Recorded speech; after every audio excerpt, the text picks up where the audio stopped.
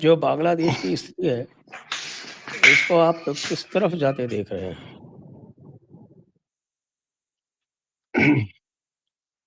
दिशा में कोई परिवर्तन नहीं है।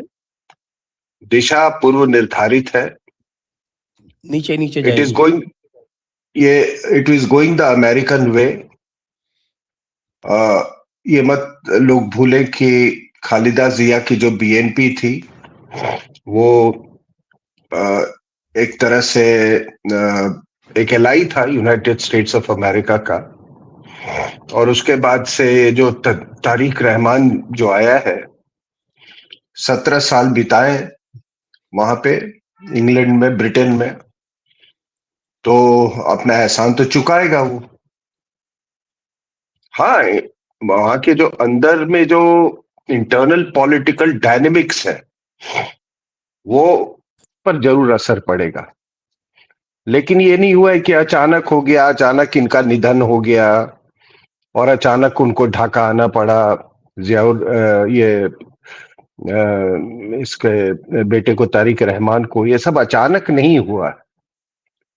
मेरी अपनी जानकारी है कि वो 1 महीने पहले ही गुजर चुकी थी, इन द सेंस कि वो वेंटिलेटर में ऊपर नीचे हो रहा था। तो वो कोई उम्मीद नहीं थी, किसी किसी तरीके से उस वेंटिलेटर पर उनकी सांसें चल रही थी, नहीं चल रही थी, मैं ये नहीं कह सकता हूँ। बट ये अकस्मात ये डेवलपमेंट नहीं हुआ है, स्क्रिप्टेड था, ये स्क्रिप्टेड हम्म था। हम्म। तो हमारे लिए कोई बहुत बड़ी, मतलब हमारे नजरिए से कोई बदलाव नहीं है। और सबसे पहली बात है कि आपके दर्शकों को मैं थोड़ा सा पृष्ठभूमि दे दूं, सारी बात समझ में आ जाएगी आपको। और फिर शायद उससे ये भी क्लैरिटी मिले कि हमको आगे क्या करना चाहिए। और जब तक आपको हकीकत ना मालूम हो और आप तथ्यों से भागते रहे, तो आपको कभी अपने लाइन ऑफ एक्शन का आपको क्लैरिटी नहीं मिलेगा। तो देखिए, एक बात जान लीजिए कि दिस स्टेट कॉल्ड पाकिस्तान, इसका क्रिएशन अंग्रेजों ने किया था। क्यों किया था?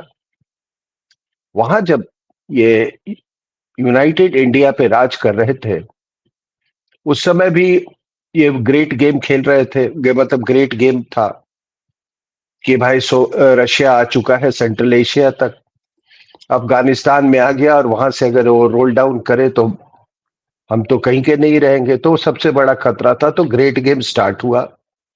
ग्रेट गेम के तहत ही ये सारा कुछ कश्मीर का मामला, ग्रेट गेम के तहत ही पाकिस्तान को एक दीवार बनाया गया सोवियत यूनियन के खिलाफ। तो ये दीवार दीवार जो बनाया, तो सोवियत यूनियन तो चुप बैठने वाला था नहीं। और आपको मालूम है उसके बाद ऑनसेट हुआ कोल्ड वॉर के का, सेकेंड वर्ल्ड वॉर के बाद। कोल्ड वॉर में दोनों की जो डीप स्टेट्स हैं वो सक्रिय थी, पूरी दुनिया में सक्रिय थी। कोई कहीं पे हमले करवा रहा है, कोई कहीं पे प्रॉक्सी वॉर कर रहा है, कोई कहीं पे असैसिनेशन कर रहा है, ये पूरा वो दौर जारी था। उसी तहत उन्होंने 71 में उनको मौका मिला, शेख मुजीब का उन्होंने असैसिनेशन करवा दिया, जो अमेरिकन डीप स्टेट है। असैसिनेशन के पहले एक और चीज बता दूं कि वो भी नहीं भूले थे कि 71 की जो उनके और उनके जो जो प्रॉक्सी था पाकिस्तान, जिस जो उनको जो शर्मसार होना पड़ा था, वो भी नहीं भूले थे। तो उस समय उन्होंने ये आपका खालिस्तान वाला मूवमेंट भी शुरू करवा दिया था। तो ये दोनों लिंक्ड है। तो उसके बाद से जब इनका असैसिनेशन हुआ 75 में, तो उसके जगह पे किसको लाए?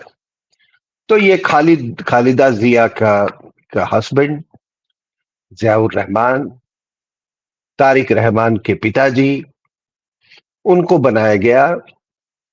और वो एक अपने आप को वो फ्रीडम फाइटर कहता था, लेकिन वो कभी फ्रीडम फाइटर नहीं था। वो उसने, जैसे हमारे यहाँ आपके एक पॉलिटिशियन है ना, वो हमेशा चोला ओढ़ लेते थे, कब अपना पलटी मारेंगे कोई नहीं मालूम है। तो उसी उसमें आ, वो उसको ले आए और उसको गद्दी पे बिठाया, कू करवा के। तो जियाउर रहमान जो था बिल्कुल प्रो यूएस, और उसके बाद से वो एक बहुत बड़ा उसने अहम डिसीजन लिया, निर्णय। जमायते इस्लामी को उसने कॉन्स्टिट्यूशन में बदलाव करके उसको पॉलिटिकल लेजिटिमेसी दे दिया। अब ये बहुत बड़ी बात थी, क्योंकि जमायते इस्लामी आपको मालूम है कि पाकिस्तान वॉर के समय 2 ब्रिगेड्स उसने डिप्लॉय किए थे, अल शम्स ब्रिगेड और अल बद्र ब्रिगेड, और दोनों ही अपने लोगों के खिलाफ।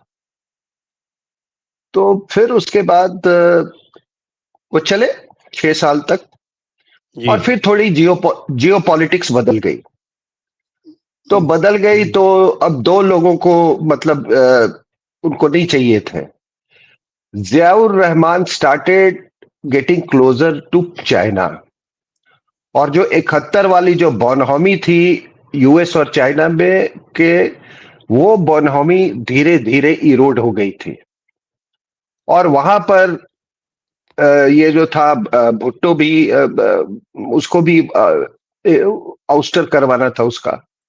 जियाउल हक को ले आए, उसको फांसी दिलवा दी, यहाँ पे कू करवा दिया, जियाउर रहमान को भी हटवा दिया। सो ये एक ही पृष्ठभूमि में इसको कृपया देखने की कोशिश करें।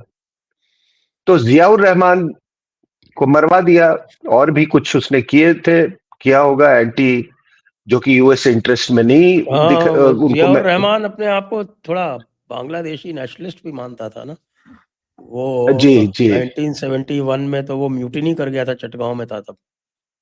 और जी उधर जी जी अक्रॉस द बॉर्डर म्यांमार से फिर ऑपरेशंस कराता था। तो ये लोग नहीं जी चाहते होंगे जी कि कोई भी किसी तरह का कोई नेशनलिस्ट रहे, चाहे हल्का हो जी। चाहे तगड़ा। तो उसके बाद से जनरल इरशाद को ले आए।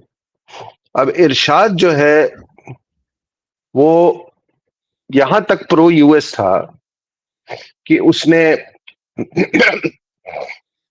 बांग्लादेशी ट्रुप्स कमिट किए गल्फ वॉर में, और साथ साथ क्या किया, साथ साथ उसने बांग्लादेश को इस्लामिक स्टेट घोषित कर दिया।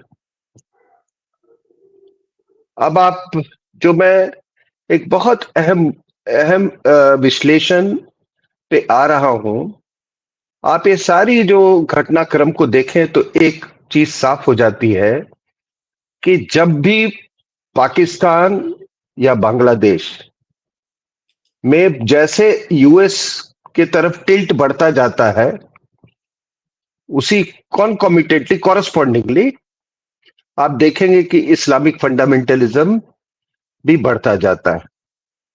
जो वहां के रूलर जो है, वो अपने इस टिल्ट को ऑब्फुकेट करने के लिए, उसको बैलेंस करने के लिए, अपने यहां जो फंडामेंटलिस्ट ताकतें हैं उसको बढ़ावा देना शुरू करते हैं। और यही ये हुआ था। आखिर ये जो आपके सब कॉन्टिनेंट में जो रेडिकलाइजेशन हुआ मुस्लिम्स का, वो क्यों हुआ? अमेरिकन का पाकिस्तान पर साया था।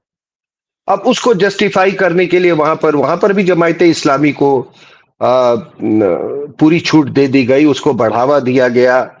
मिलिट्री जो है उसको जब भी कोई वो कॉर्नर्ड हो जाता था, या उसको देश के ऑपोजिशन को बैलेंस करना होता था, तो वो पार्टनरशिप कर लेता था ये मुल्ला ऑर्गेनाइजेशन से। और इस तरह से वहां पे हुआ, और यही चीज अभी बांग्लादेश में देखने को मिला है। तभी मैं कहता हूं कि हमारे यहाँ कुछ लोग ये कहते हैं ना कि ये 20 करोड़ मुसलमान, इनका क्या करोगे? क्या समुंदर में डाल दोगे, बे ऑफ बंगाल में डाल दोगे, अरेबियन सी में डालोगे? अरे साहब, ये अमेरिकन से सीखो। वो मारते भी हैं, उनको पीटते भी हैं, और अपने हक में काम भी करवा लेते हैं। किसको नहीं पीटा इन्होंने, आप बताओ? किसको नहीं पीटा? ईरान को पीटा, सीरिया को पीटा,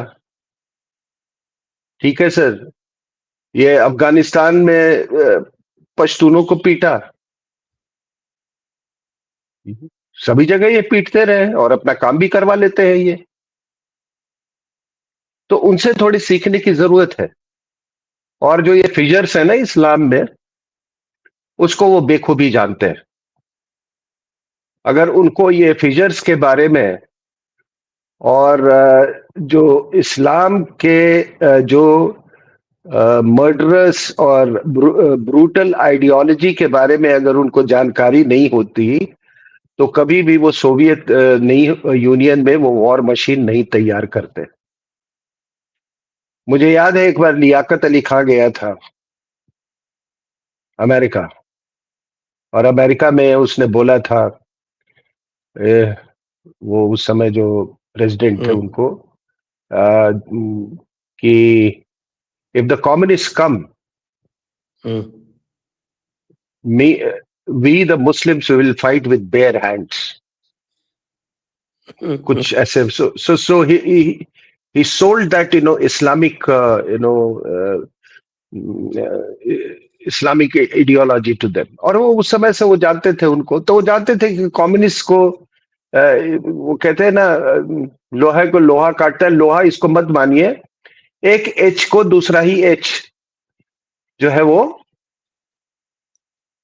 उसको अपने रास्ते पे ला सकता है। और इंटेलिजेंस वर्ल्ड में एक एच को दूसरे एच पर के इस्तेमाल करना ये बहुत आम बात है, ठीक है ना, यही तरीका है। तो अब ये हुआ साहब, तो फिर ये उसके बाद क्या होता है कि इरशाद आए, अब कोल्ड वॉर खत्म हो गई, 11 साल गद्दी पे रहा, कोल्ड वॉर खत्म हो गई। उसके बाद अमेरिका भी थक गया, सोवियत यूनियन भी वो डिसॉल्व हो चुका था, और उसके बाद उन्होंने जो रशियन डीप स्टेट था वो भी थोड़ा ढीला पड़ चुका था, अमेरिकन का भी डीप स्टेट थोड़ा इंटरेस्ट लेना कम कर दिए। तो आप दोनों पाकिस्तान और बांग्लादेश में आप देखोगे कि एक दौर आया डेमोक्रेसी का। तो पाकिस्तान में क्या होता है, ये 90 के बाद से बात कर रहा हूं। तो पाकिस्तान में क्या हुआ, पाकिस्तान में वो ऑल्टरनेट करने लगे, एक बार बेनजीर आए, फिर नवाज शरीफ, फिर नवाज शरीफ गया, बेनजीर आया, ऐसे 3-4 बार हुआ। उसी तरह से बांग्लादेश में हुआ, एक बार खालिदा जिया, फिर शेख हसीना, फिर ऐसे ऐसे ऑल्टरनेट करने लगा। और ये ऑल्टरनेट करने का सिलसिला करीब 2008 तक चला, और 2014 में उसके बाद तो it was Sheikh Hasina all the way. अब Sheikh Hasina all the way का मतलब है कि भाई आप हमारी डिप्लोमेसी को दो या हमारी फॉरेन पॉलिसी को दाद दे सकते हैं, और जो अदृश्य है उसको भी आप दाद दे सकते हैं, जो भी है, आई डोंट नो। तो 2014 के बाद अब 2024 में फिर हालात बदले, और हालात क्यों बदले उस पर भी मैं आऊंगा। उसके बाद अमेरिका जो है, it has struck back, and it has struck back. और अब ये है कि अब फिर से पाकिस्तान को ईस्ट पाकिस्तान बनाने की कोशिश जारी है। मतलब कुछ लोग का यह मानना है कि ऑलमोस्ट बन ही गया है। और आपके दर्शकों को एक बात मैं बता दूं कि 1954 तक ईस्ट पाकिस्तान को ईस्ट बंगाल बोलते थे, ठीक है सर। तो ये है बांग्लादेश की जियोपॉलिटिकल जर्नी, जो अभी तक मैंने आपको ये बताया।